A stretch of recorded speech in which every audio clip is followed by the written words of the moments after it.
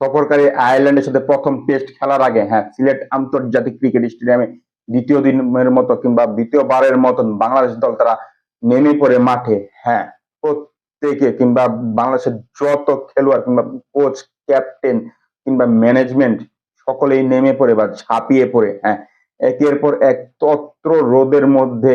দৌড়াদৌড়ি, ঝাঁপাঝাঁপি কিংবা training practice কিংবা বলা চলে catching, fielding, bowling, batting, keeping সবকিছু করা শুরু করে। মোহাম্মদ আশরাফুল তিনি তার ব্যাটিং শৈলী কিংবা তিনি যে ব্যাটিং যে এক্সপেরিমেন্ট নিয়ে যে ইন্টারন্যাশনাল ক্রিকেট শেষ করেছে কিংবা বলা চলে তিনি যে কোচিং যে ক্যারিয়ার শুরু করেছেন কিংবা কোচিং ধাপ পার করে তিনি যে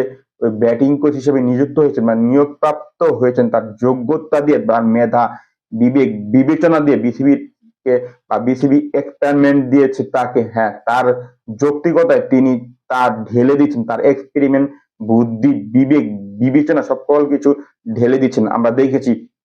বা দ্বিতীয়বারের মতন যে বাংলাদেশ আজকে প্র্যাকটিসে নামে সিলেট আন্তর্জাতিক ক্রিকেট স্টেডিয়ামে। গতদিন আমরা দেখেছি প্রথমবারের মতন বাংলাদেশ তারা মাঠে নামে বা ওই টেস্ট ম্যাচের কথা চিন্তা করে বা প্রথম টেস্টের কথা চিন্তা করে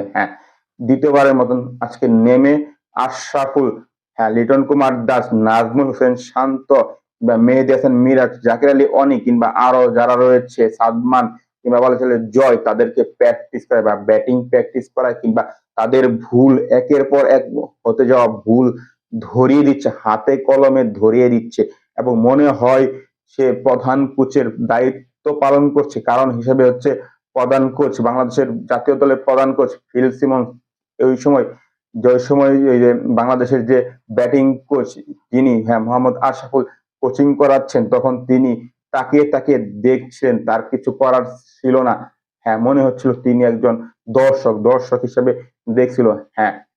এতেই বোঝা যাচ্ছে মনে হয় পুরোপুরি দায়ী বা দলের দায় ভার নিয়ে নিয়েছেন মোহাম্মদ আশরাফুল বা তার জ্ঞানে, বুদ্ধি, বিবেক, বিবেচনায় তিনি ভালো করাতে চাচ্ছেন। এই ভঙ্গুর যে অবস্থা বাংলাদেশ দলের তা থেকে উত্তরণ বা উঠাতে চাচ্ছেন এবং আড়ালে ছিলেন বাংলাদেশের যে ওই সহকারী কোচ কিংবা ব্যাটিং কোচ তিনি হচ্ছেন মোহাম্মদ সালাউদ্দিন। তাকে আজকে বেশি একটা লাইমলাইটে দেখা যায়নি।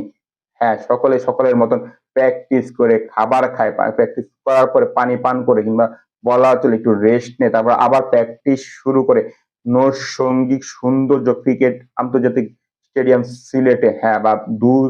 পাহাড় বা দু পাশে যে পাহাড়ে বেষ্টিত যে স্টেডিয়াম সেখানে সৌন্দর্য দেখতে দেখতে বা উপভোগ করতে করতে তারা প্র্যাকটিস